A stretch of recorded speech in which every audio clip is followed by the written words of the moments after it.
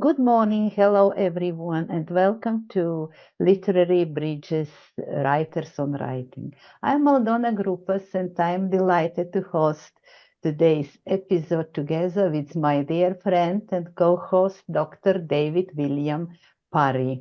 What can I say? My favorite girl is talking about literature with me again, and we've got a mutual friend, an honored guest, who is a formidable writer. What a wonderful way to spend the morning, Aldona.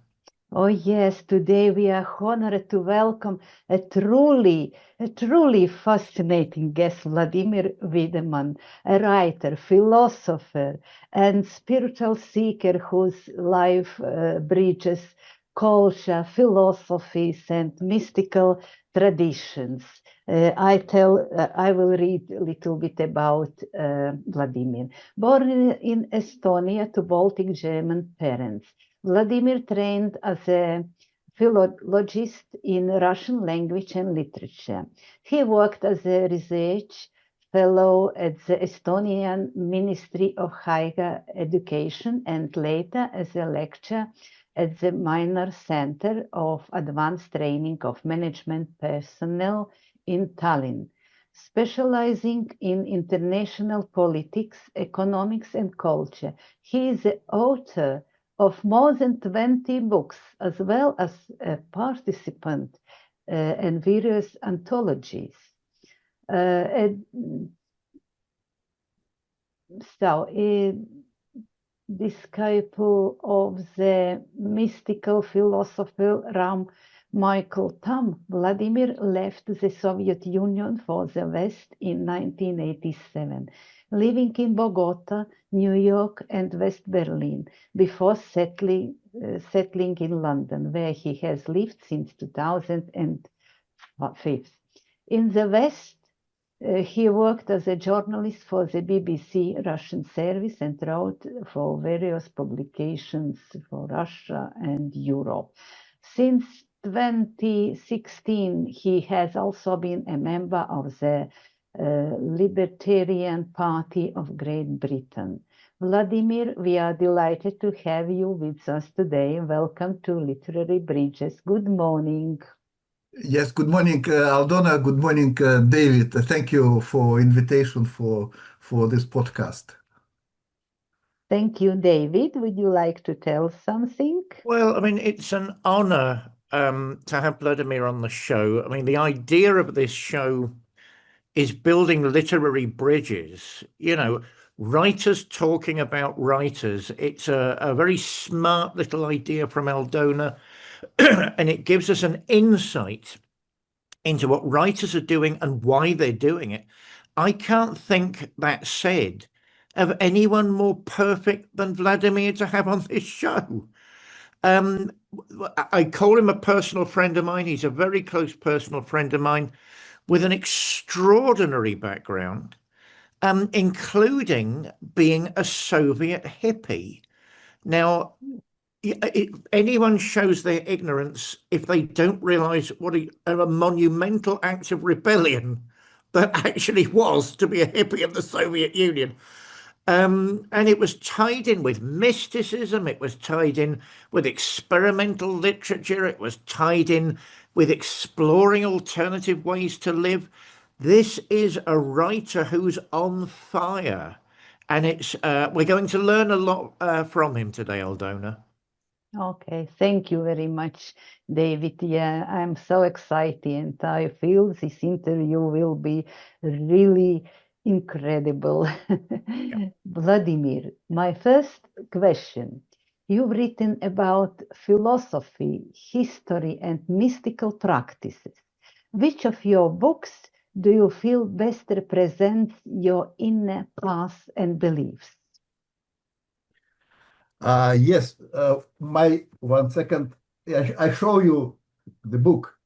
The book representing my views is a celestial man and his subjectivity. This is the book uh, issued in Moscow. To see the name, it's a little bit blurry. Nevertheless, a pretty thick one. like over 400 pages. And so this is the kind of compendium touching most of my topics concerning mysticism and my also my experience. And this book is actually translated into English and should be published, I hope, soon. So it should be also available in Amazon. That I hope. That's I guess it. So this book is also a history of mysticism from the Stone Age until nowadays. And then I try to expose the phenomenon of mysticism and the mystical philosophy, not just as a cultural and the cultural phenomenology, but also from the point of view of medicine, anthropology, the development of human speech and so-called the second signal system. And also I have a lot of different examples of different authors and historical texts where I try to show in which way all all those points, I mean, the points I described in my book, are represented in literature, in mystical treatises, and in certain practical approaches. So, and that includes yoga and Chinese alchemy and Christian mysticism. And what is interesting, I found that we have a different metaphysics worldwide. In every culture, we have a certain approach to the intellectual understanding. But as for mystical practice, this practice is everywhere from Europe to Asia and Africa and even pre-Columbian America. This approach is everywhere the same. So we have this basic human unity, and this basic human unity of the human composition is able to reflect the reality in its deepest roots, and the way to this reflection to me is asceticism, the practice of asceticism. And this practice of asceticism is also everywhere the same, like fasting, let's say, uh, first of all, and certain exercises, uh, celibate, and experiencing of physical pain as well. And then I have a psychoneurological approach to all these phenomena, and what I described as well in my book, and especially as a specialist in Russian literature and Russian cultural heritage, I try to expose the so-called Russian neurophysiological school approach, starting with Ivan Pavlov, but it's probably the only person who is widely known in the West. But besides of Pavlov, there are certain interesting authors and really revolutionary authors, but unfortunately they are not very well known in the West. But besides of everything else, I try to represent those authors for foreign and reader. So that's about my book. Yeah, thank you very much, yeah, Vladimir. Vladimir, your life is truly remarkable. Moving from Estonia to many parts of the world before settling in London, and I've got question. Could you tell us What motivated your journey and how these travels influence your writing? Yes, first of all, I was motivated by my guru, Rama Michael Tam. He's also Estonian. He was born in Estonia in the beginning of 20th century. It was at that time still the Russian Empire. And then he grown up in Estonia at the time of independent Estonian Republic. And then he moved to the West, first of all to Germany for getting education. And he was a part of different European esoterical circles at the time before the Second World War. And so he stayed mostly in Germany, in Berlin, until the end of the war. But he was like a foreign student there, studying architecture mostly. And then after that, after in the end of the war, he moved towards west to the American zone of occupation, and he stayed in Frankfurt, Maine, and a couple of other German cities until the year 1956. So he became the member of Ramakrishna order, and he studied as well, not only architecture. So he quit with architecture and he started studying first nuclear physics and then philosophy, and he learned Sanskrit and Old Greek in order to understand the philosophical heritage of the humanity. And then he decided, as a member of Ramakrishna order, to move to settle down in India, already just taking this part of hermit in one Himalayan ashrama. And he was told by the Soviets at that time that yes, he could go to India via the Soviet Union because he was about to visit his relatives in Estonia, and then from Estonia go further to India. And he got a permission, and so he entered Estonia, and he was captured there. So uh, he was not able to leave Estonia because at that time he was a carrier of old Estonian passport, and but Estonian Republic doesn't exist at that time. And then, but he didn't have any other nationality, any other passport, and this was a formal uh, uh, like decision to for him, since he is not a citizen of any independent country, so he should stay there. And then but he didn't. He refused to get a Soviet passport as well. So he was as a apatride, as a person without any citizenship. He lived almost 25 years in Estonian, I would say, forest, because he was refused to stay in the big cities and only in the countryside.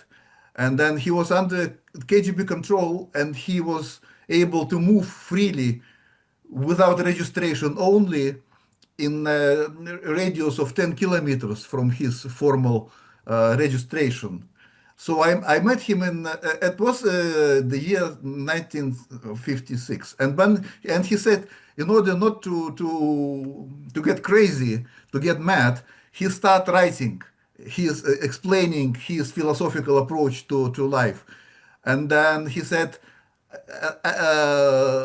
as an independent philosopher, because he was completely deprived of all kind of connections with his colleagues, with any, I wouldn't say about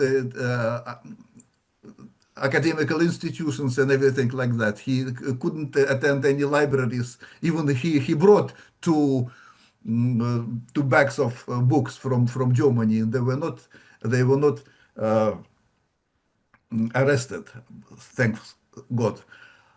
So he's and then some of his friends, of course, brought him books, brought him some materials. First of all, these were Estonians and Estonians of the old generation, first of all, who also had an experience to be members of some Western European mystical circles like Freemasons and Rosicrucians and then some other institutions, but also the younger Estonians. And then I met him in 1975, and he didn't speak a word in Russian because I was the first Russian-speaking person probably, besides of this Russian diplomats in West Berlin. So I was the first Russian-speaking person whom he met in his life. But of course, we spoke in Estonian.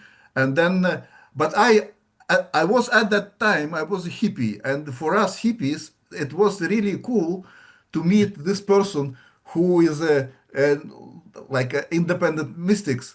And because in the hippie movement, we were from one side protesters, from other side, we were mystics. If you remember New Age movement, it was also part of the hippie identity. So I brought my hippie friends, the young generation to Rama. First of all from Estonia, and then the people, since we were very international, hippies from other parts of the Soviet Union also came to visit him, like Moscow, Petersburg, and then the Caucasus, Ukraine, Central Asia, even that areas. So he became a popularity within this small esoterical and hippie dissident circles. And then it happened for him to meet some real strong Russian dissidents from who were close to Andrei Sakharov circles, and they helped him to get a permission to leave the Soviet Union in the beginning of '80s. So it was like the year the 81, and he resettled to the United States, to Boston, and then he said to his friends like me. It was the year 1981. He said, "Look, there would be a huge troubles and turmoils in this country. It should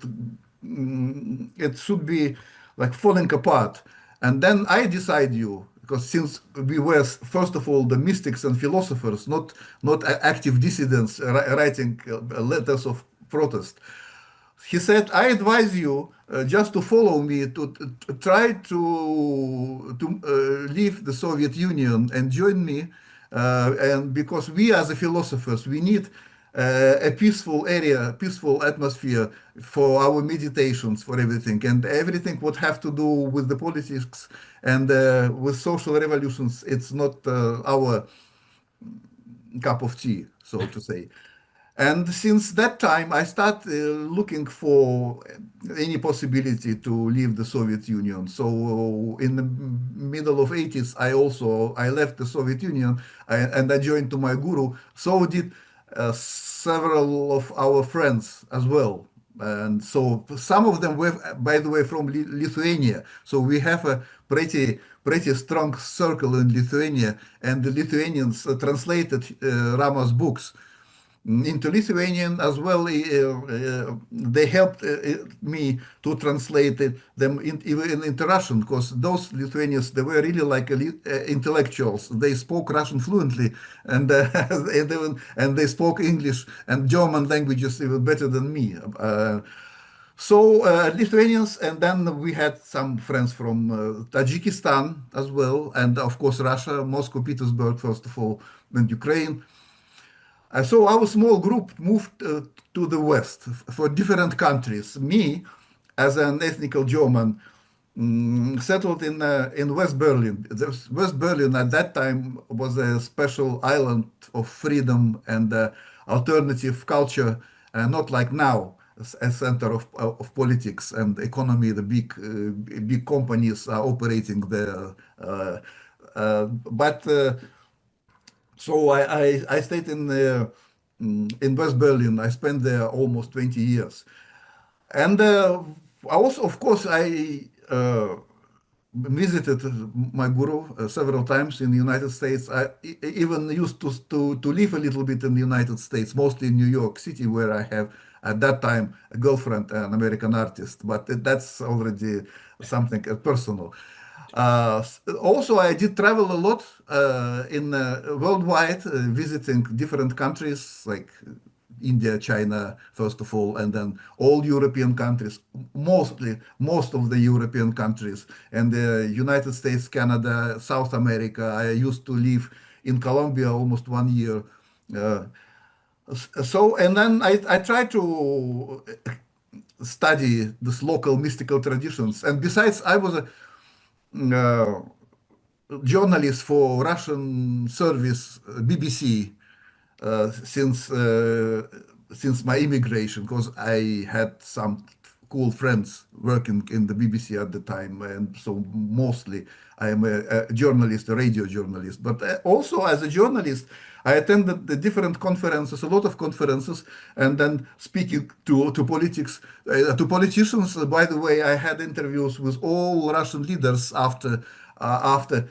Uh, who was the last one before Gorbachev, Chernenko. I spoke to Gorbachev and then to Yeltsin, to Putin, and to some high-ranking Soviet and that time Russian officials, and then as a journalist, of course, yes. And so I start writing my own books as well, explaining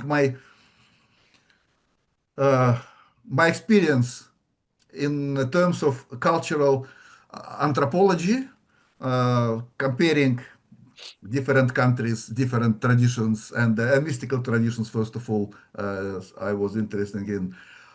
And also the philosophy, and then I resettled to United Kingdom and almost 20 years ago from Germany. Uh, and also in the United Kingdom, also I quit with journalism in a certain time, and I start my own consulting company, doing some consulting business with my wife, who is architect. Uh, but nevertheless, and then instead of journalism, I start writing my own books, because the journalist should explain the situation beyond of him, the situation outside of him as a person, writing about situation in the world. But as a private writer, I can explain something what have to do with myself, my identity, my understanding of the reality of philosophy. So in this case, I had more freedom to understand reality, to explain it, what I'm doing now, right now. But also, I didn't quit completely with the public political affairs, and so I'm following the situation in the world, of course, and then I write my own texts and publishing them from time to time in different sources. But it's for me, it's mostly like hobby, and as well uh, as my I would say philosophy also. I am not a professional philosopher in terms of academical approach. So it was my guru, and I remember his lessons. He said, Vladimir, if you want to be really free thinker, in case of understanding the reality independently with a really real core of your personality, just to get an insight of the true reality. You should be completely independent. You shouldn't be a servant for any forces. You shouldn't be motivated for like getting money or being popular or be in line with the certain approaches. So was him. He even refused to return to Estonia after the perestroika, because some of his friends were also Estonian dissidents, and after the Soviet Union get apart, some of his friends were the members of Estonian parliament or Estonian representatives in EU institutions, and so and he was very well-known person in this very small Estonia. But he refused. He said, "Look, once I came over an Estonian karma. Why should I come back to the same in the same river? So it's not philosophical. And he really refused. He stayed in the United States. So am I. I refused doing any social or academical career, even if I had some chances. In Estonia, I worked in the ministry, and then I had some proposals to make a career there. But remembering my guru, I I refused from academical career and from social career. So I decided to be a private person. So I am a really private person. So I have no masters. I have like no authorities anymore. And but this was a way for freedom. That's why I guess I can got some insights concerning the history, the mysticism, especially the philosophy.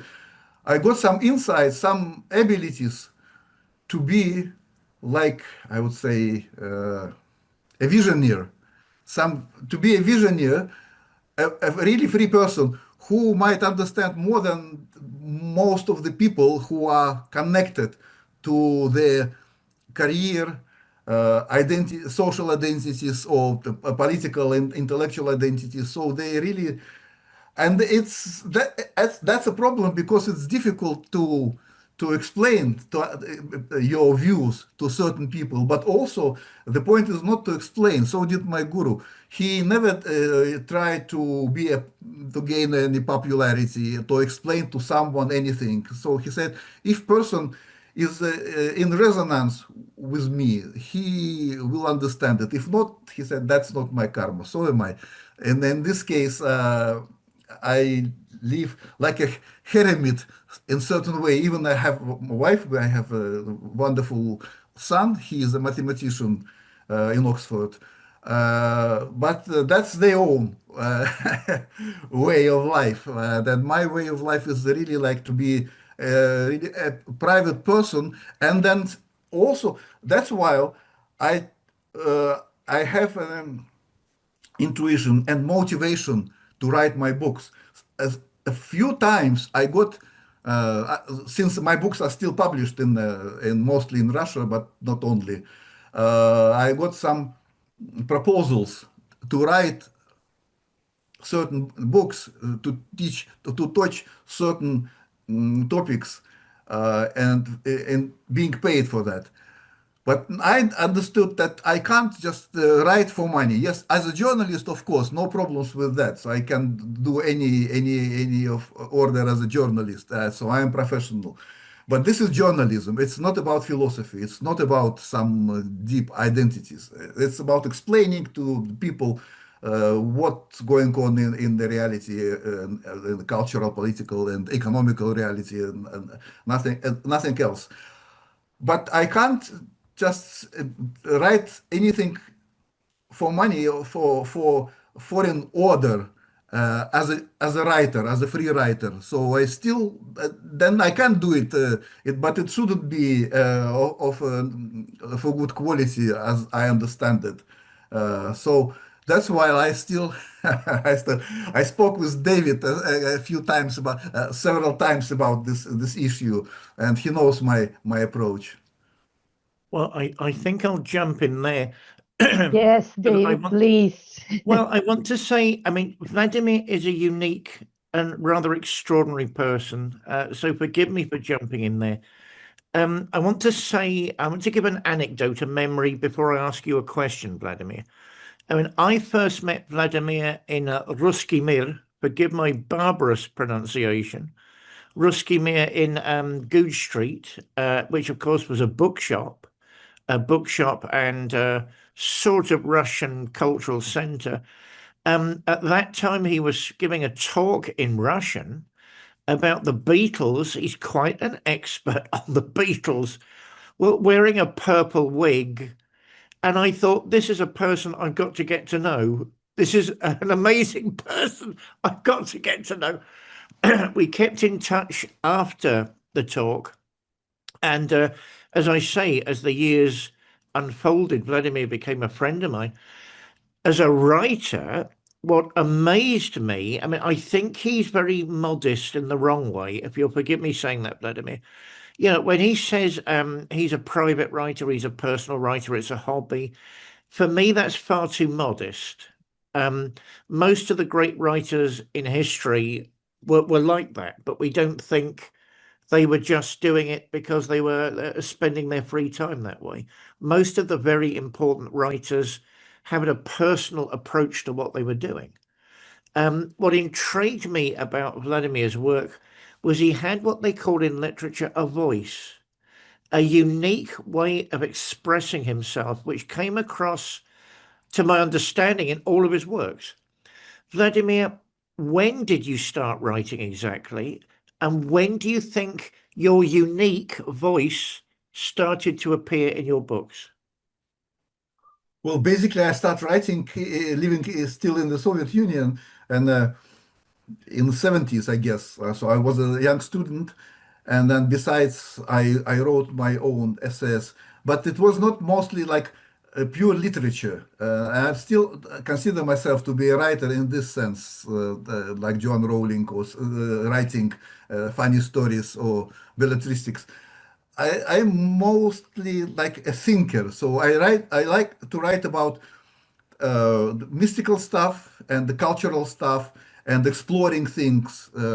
And also, I described in some of my books, I describe my own experience and my journeys in different countries, comparing them. So it's sort of this journey journalism. But I write since I remember myself. I mean, since I was a young student, and then I made some is that issues in the Soviet Union at that time. So if you know the sum is that you don't have any possibility to get an official publishings, but you do it with the type machines at that time and Xerox and something like that. And then, but to be a real writer, so to say, I would say I started after my son was born in Berlin in 2002. So he was born, and I decided that I should describe my own life for my son. If he will grow up, he could just get any information about his father, his family, and his way of life. Because my parents and my grandparents, they were also interesting people. For example, my grandmom and granddad, they used to know Lenin in person, and Krupskaya, Lenin's wife, and some other important Russian revolutionaries, because they lived in the St. Petersburg and were involved in all these intellectual movements in Tsarist Russia at the time, and then and later as well. But also my father was an interesting person. He fought in the Second World War. He has two medals by only for Stalingrad and for Leningrad. So and but as a witness of the war, who really like what was inside all these huge battles, and then but I never asked them to explain me anything, to tell me their own stories. And then they all gone. My father, my grandfather, my grandmom, and some my other relatives who were also interesting people in certain way. And now I decided maybe I try still to combine all our family stories, and especially my own story. So if he will grow up, if he will be like in my age, already over 40, maybe he got an interest, and I start writing, and then I brought it to the internet, and some of my friends said, "Oh, Vladimir, very interesting stuff. Would you to continue writing?" And I said, "Yes, well, why not?" And I continued. And then he said, "Oh, you should publish it." I said, "But look, I'm not a business publisher. I'm not the professional writer, so I should break my mind in order to find someone who would be ready to publish me. He said, "Okay, I do it for you." And he found a publishing house, and they made my first book published really like not samizdat, but an official one. This it was about my journeys in the Central Asia, where I used to travel, looking for mystical traces and mystical masters in the Central Asia. And then I started writing about different stories, my travelings, and then about my biography a little bit. And this was the main issue. So now my son is 23, but he doesn't like literature at all. He said, "Oh, literature, belletristic. There is nothing. It's just like all is fake." He said, "But the mathematics, this is different story. In mathematics, it's everything is clear. You know or you do not know. That's it, and then no other way." And he said, "In the mathematics, everything is fine. But take the Shakespeare. Everybody have their own interpretation. What did he say? What did he mean? The characters and everything." He said everything is like vague and not clear. So he said, "I won't break my mind in study exploring someone's meaning." So in mathematics, no meaning, only like truth, this mathematical correctness. That's it. I Yeah, don't wish to contradict mathematicians, but I seem to remember Gödel thought that was nonsense. And also, oh, what was it? I can't remember the guy that talks about transfinite mathematics. I mean, he was going around showing it all contradicted all the time. But, Vladimir, he's doing brilliantly. You know he is. He's an Oxford graduate. But this is about you. Today is about you as an extraordinary person. Aldona, I know you've got another question. What is it you want to ask? sorry, I just finished my thought. So Sorry. I believe when he would be more adult, like now he's 23, when he would be at like 43 or more, then he should understand something, and then maybe then he could get an interest to his own family history. Philip is a very, very fine young man, and I hope he's got a brilliant future, Vladimir. But remember, we're talking about writers on writers today, and Of you course, are the yes, star. yes, You are the yes. star. Sorry. Eldona. Yes, David, thank you so much. And thank you. Actually, Vladimir answered on all my questions, actually. Yeah. But anyway, Vladimir, how do you balance academic precision with mystical experience in your writing? Well, I would say my mystic. Everything is thanks to my guru, who was a philosopher, but also he was very sober man, and he, in the core of his own philosophy, is based on two points. One is a Madhyamika philosophy of emptiness, and second core is the mathematics of Bourbaki. Bourbaki is the school of French mathematicians, the pure mathematics, which is almost not known for people outside the mathematics. But he combined it exactly this mathematical approach and then the culturally philosophical approach. So am I. If I say I am like mystics, it doesn't mean I believe in astrology and all that stuff like that. So in this case, I would say I do not believe in miracles. I'm pretty sober person. And I believe that the real mysticism is exactly about the nature of reality, not about the nature of dreams, of some fantasies, subjective fantasies. So that's why from one side I take this academical heritage, but I see that even the academical approach is wakey, is vague.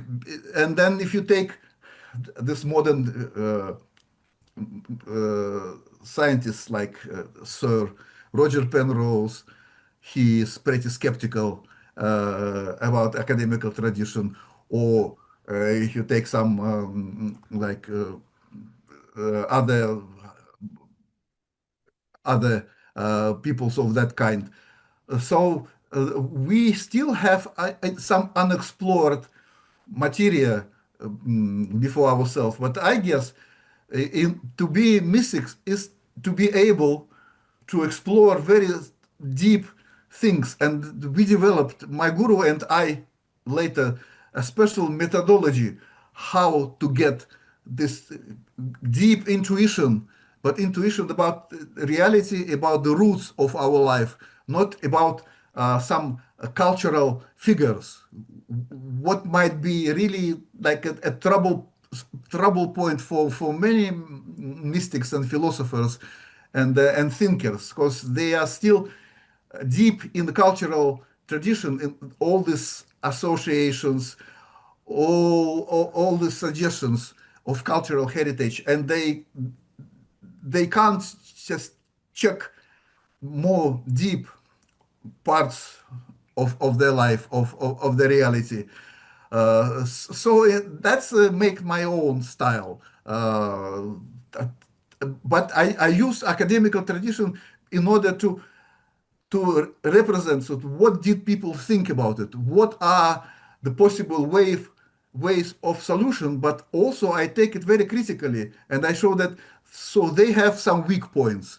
Even the modern physicists and quantum mechanics and chemistry, and then also the modern mm, uh, humanitarian disciplines also. So the humanitarians sometimes they also are completely in dream and they wouldn't like to overcome it. So I use all these examples as to exercise my critical approach, but not following blindly some of this approach, but try to find the weak point, because there are always weak points. But how to could we are we able to overcome all weak points and to get the final like enlightenment? I would say yes, we can. Yes, we can. But in order to approach this enlightenment, we have to gain our integrity. But to get integrity, in my mind, that means to exercise certain ascetical practices. If you are not able ready to exercise asceticism, so you just forget about everything. You still remain in a in Maya, if I say so. I mean, the other mathematician I was thinking about a moment ago, that was Cantor, excuse me, who of course also thought that a pursuit of the transcendental was objective. So an incredibly interesting man that threw mathematics into disarray. I mean, I think you remind me of those people, Vladimir. You've always been a dissident, said in the best sense of that word. I mean, you raised another issue a minute ago, the difference between a professional writer and a serious writer. I think you are both. I think you are both. I think, again, you're too modest. Your work is very serious work. It demands attention. It reminds me of Peter Ouspensky, the Russian. I think he was a mathematician and philosopher as well. It reminds me very much of that. The spirit is like Ouspensky. But what my big worry in the world today, I mean, we're moving into a multipolar world, which is good and bad. Everything in human life is good and bad. It's never one or the other, is it? Which means there'll be even more trouble for big writers from different languages to cross the language barrier. I think that's going to get even more difficult now. You are still struggling with getting your work into English. Tell us a bit about your struggle. Obviously, it's worth doing. We're not talking about that. The sooner you're in the English language, the better. But, why do you think it was such a big struggle to get your work into English? And what do you think the future is for other writers trying to cross the language barrier? What do you think? Uh, I guess what is important, yes, especially nowadays, it's a international, uh, let's say, knowledge, international science, international communication. As my son said once, I believe that all people should, in order to understand each other, they should somehow have the same cultural and identity. Otherwise, it doesn't work. Like in the mathematics or in the sciences, so to say. And then I'm not struggling very much, but someone translated my book into English, and now you can translate your text using AI as like a new instruments and for international communication as well. And then you can get more information worldwide. And then I would say the AI, this is a new solution and a new tool for develop the human culture. Absolutely. Yes. But I also I feel like a kind of motivation, as my guru also said. Some of people ask him, why do you write all those very complicated texts? Because his texts are really complicated. He said, it's the story of Lao Tzu, this Chinese philosopher. So once he decided to leave China, what that means to leave the reality and to go transcendental. And then he was stopped by border guards. And border guards asked, "Who are you?" He said, "I'm philosopher." So show me your book. What did you write? And then he wrote Tao Te Ching at that time. So uh, he this was his like his ticket, his passport to go to cross the border. And so my guru said, "This is my hypothesis theory null." So his main book. He said, "This is my passport to overcome." So I have my own passport to overcome. So I feel it should be like translated and should be issued. It's already translated. Now the point is just to publish it. And then if you get it, so you would be released from your karma in order to transcend your experience and then to get a new intuition. So this is the way for me to to cross the border. Well, I mean, and I could talk to you for hours, and I used to talk to you for hours. Vladimir was the first person to visit us in the Hebrides. We're very grateful for his visit and his friendship, and he's a remarkable friend. And I could talk to you for hours, as I enjoy doing. But this is a show about writers talking to writers. What is your next book project? Why are you writing it? By the way, now I'm writing uh, I'm writing two books.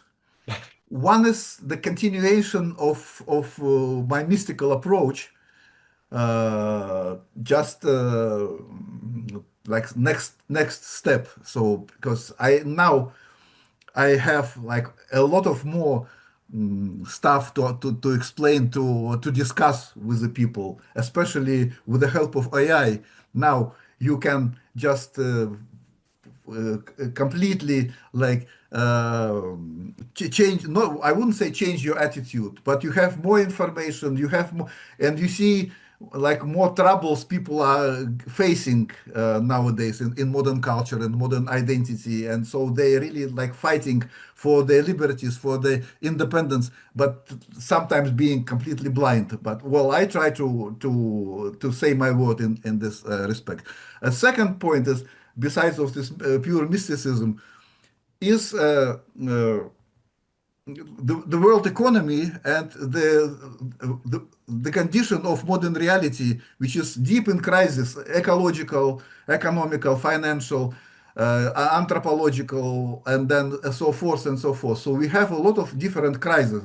And we might face very weird situation in the future, in the nearest future, I say, but in next maybe 20, 30 years, definitely till the end of the century. And then I try to find some way to release the question by means of modern statistics. This is very important in my case, because people used to speculate a lot about the politics, about a lot about culture and everything. And yes, of course, they have their own opinion, their own meaning. Everybody is different, everybody is special. No question about that. The question is, what is the reality? How you can get to the reality? And in order to get our social and our physical, I would say our physical, economical reality, the life on Earth, first of all, you should understand what is the modern statistics. What are the tendencies, where we are going to, what is the roadmap, a realistical roadmap, not just in fantasies. And then if you start collecting modern statistics and then you understand what all the story is about, you can see the troubles. That's what I'm doing now, writing. The name of the book is The Realities of the 21st Century. Uh, Same, it's really, really, it's very helpful. I would say, let's take this, the latest trouble, very like worldwide trouble with the Ukrainian war. Many opinions: who is guilty, who is not guilty, who is doing what they are going to do, what they are going to do, is peace possible, not possible, why? Many questions, and the world is divided. But I would say, take the statistics, go to statistics. So far, it's still open. It's no censorship so far, thanks God. Just ask the various primitive prompt: who are the main beneficiaries Yeah. of this conflict, Yeah. and how much they gain? And then you get the list of beneficiaries, and then also how much they gain from the number one, and then the top 10 to the rest. Yeah, but you should bring, yes, any limit. Give me like 20, the most important beneficiaries of this conflict. So you just ask, who is making money, who is a winner of this conflict? And then you see very clear, yes, this that. I wouldn't name now companies, states, countries, or persons, because everybody can do it by himself. But you can check different chatbots, different platforms, compare it and see, and then you understand what is actually the point. Same with a lot of other questions, even the scientific questions and the cultural questions. You just ask AI, and he shows you the picture, and then it's beyond of human conversation. You can just be agree, not agree. I understand that AI is not a god, but he help you a lot, because he will beat you as in a business. If you have an AI system to make money, to trade, the human person can't trade with an intensity of AI traders. And so they have better statistics. And if you use it, you win. Same with the ordinary professionals nowadays, ordinary jobs. They employ AI. AI is more effective, but what is the humans trouble? Yes, you should just exercise as a human. You should understand the very phenomena of AI, not just reject it blindly. It was the same story, if you remember, with the books, printed books. They beat the whole corporation of monopolists for the knowledge. If you can print a book, it's already not only in the monastery available. Same with AI. And then, so AI, I would say this is another point of my interest. And then try to understand it. I even take a part in the AI research and on an international level, to understand the way of this large linguistic machine is working, the way to write prompts, the way you get an answer, in order not to be naive in the story. So, and I see very interesting points in that. Also, to understand what's happening in the United States, what's happening in Europe, in other parts of the world. And then if you check the way of the modern science and modern business are developing, and how they affect our anthropology as well, then Wow. then you see the whole picture. I wouldn't say maybe the whole picture, but you are much more aware of everything around you. Well, I'll just make one comment before we ask Aldona how much longer we've got. I know everybody thinks I'm a Luddite and totally against technology. Actually, I'm not.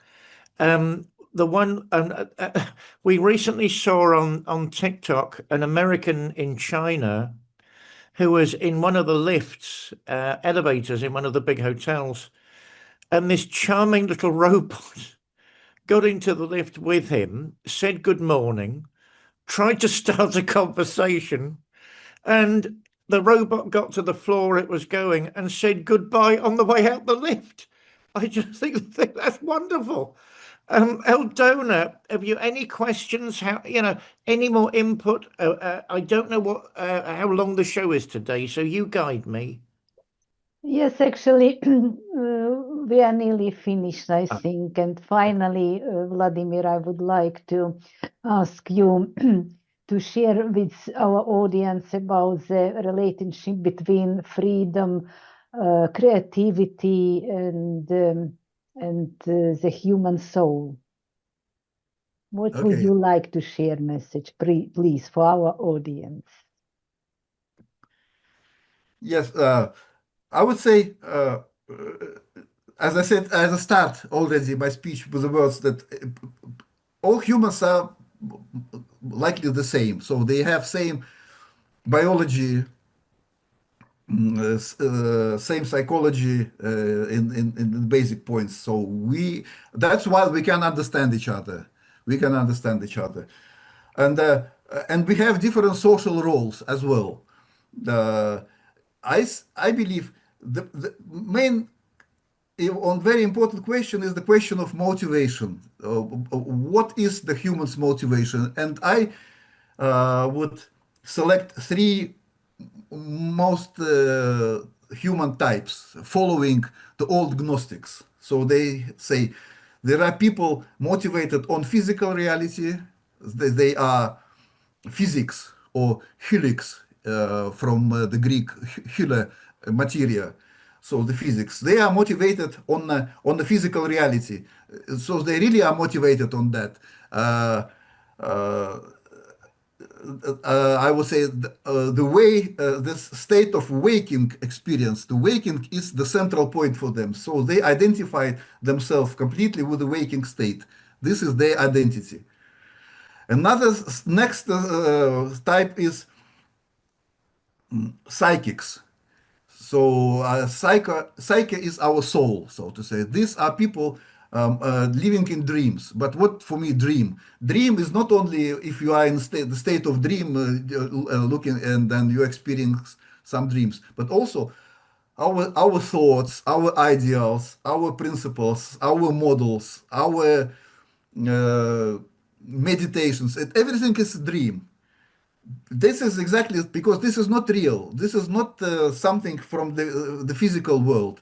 So and these dreamers are all psychics in Gnostic terminology. The people whose motivation is not in the physical world. So what is your waking state motivation? To get food, to get a partner, to exercise your dominance in order to gain the space under the sun. That's physics. In dreams, the dreamers, they're looking for ideals, emotions, principles, and everything like that. So they are motivated mostly by dreams. And the third type is pneumatics. Pneumatics is coming from Greek pneuma, that means spirit. And I could say there is a difference between soul and spirit. Soul, this is like our soul or psyche. And spirit is beyond soul. Spirit is that's the more abstract condition. If comparing to the states of mind, if psychics have motivation in the world of dream, the pneumatics, the people of spirit, they are motivated by the state of deep sleep, I would say. What does mean deep sleep? Deep sleep, this is the fundamental unity of everything, the unity of reality. Most of the people ignore the condition of deep sleep. They believe this is just a gap. But this is gap for them because they are not trained. They are not just exercised this trance condition in order to get the intuition of deep sleep. But deep sleep, this is a pure spirit. But it's almost not possible to explain to other person what is this motivation. But these people who are motivated by deep sleep, these people who are motivated by the unity, they can call it unity. And then they start fighting for this unity. Can it be proved by mathematically or not? Of course not, because in the unity there is no any metrics. You can't just explain it mathematically. You can't explain it by words. It's already the pure mysticism. And my guru showed me that you can attain this condition of deep sleep, like to be awake in deep sleep state, or to get to be experienced in this unity. You can just pass it only via intuition, via telepathy, as he said, telepathically. But if someone doesn't believe in it, okay, you don't believe, just you stay with your dreams and stay with your like physical reality. That's it. So that's it. Not that means that you are not qualified enough. Or if you would like to, you'll be like I would like to obtain this condition. Yes, of course, there is a certain exercises on certain approaches. If it's also possible, I myself, I went through all these approaches. I know that my guru was right, because I had everything what he explained me initially, but it took me time. And he was passed away in 2002, but I start really understanding his position, his views only in 20 years. So actually, maybe like 10, 15 years ago, when I was already 60, I start realizing, because all my life I believed in my guru. I believed that everything he said, this is really true. But maybe I can't understand it fully because I am not as much developed as him. But he thought also it's not the point how many books you can read, how many like theories, because all this is dream. You should just somehow obtain this unity, and then this is how to obtain this unity is the subject of my last book, The Celestial Man, because this unity, and I would say this unity and the unity of God, this is the same unity. And most of the people just afraid of thinking that, oh, I can't compare myself with the God. This is like a sin. And so this really deep cultural block, which is not the case in India, because in India, for example, in the East, people are a little bit different, and sometimes they say, oh, my guru, he's a living God, and this is quite normal for them. And if you say in Europe, oh, my guru is God, or I am God, I am something, really it's somehow this is they can't just overcome this attitude in most of the time. But the mystics, even in the Western mystics, in the Christianity, even in the Christianity, also in Islam, in Judaism, they had this approach, but this approach considered to be the esoterics. So esoterics is not the way how to make money secretly, something, or how to gain an influence. This is fake esoteric. For me, it's like a dreams. But the real esoterics is to understand your own nature, and your own nature and the nature of God is the same, and you can't be separated from this. And then, if you realize yourself as a divine nature, then you could understand more and more. But this considered to be a sin, as I said. So that's a cultural problem. So, and that's why the esoterics, the Western esoterics, they couldn't speak about it openly in order to be persecuted and ignored by society. They made it secretly between themselves. And then what is interesting, the deep mystics in different religions, let's say like Christians, Jews, Muslims, and Zoroastrians and the Hindu yogis, they connected to themselves. They had connections. They shared their experience. And then, as David once you said, very clear, the alchemy is one of the languages to share this experience beyond official theology. Yes. So for me, that's exactly the esotericism. The real esotericism is this gaining the unity, how to be united. And then you can, yes, there are certain yogi and exercises, not only in yogi, some, let's say, spiritual exercises, some practices, including fasting, for example. And it's it's possible, or meditation. That what does mean meditation? Meditation is just to sit still, think nothing. But most of the people can't just be still even for 10-15 minutes something. They can't just be quiet. Yeah. And then to be quiet and during the couple of hours be like a rock, like a stone.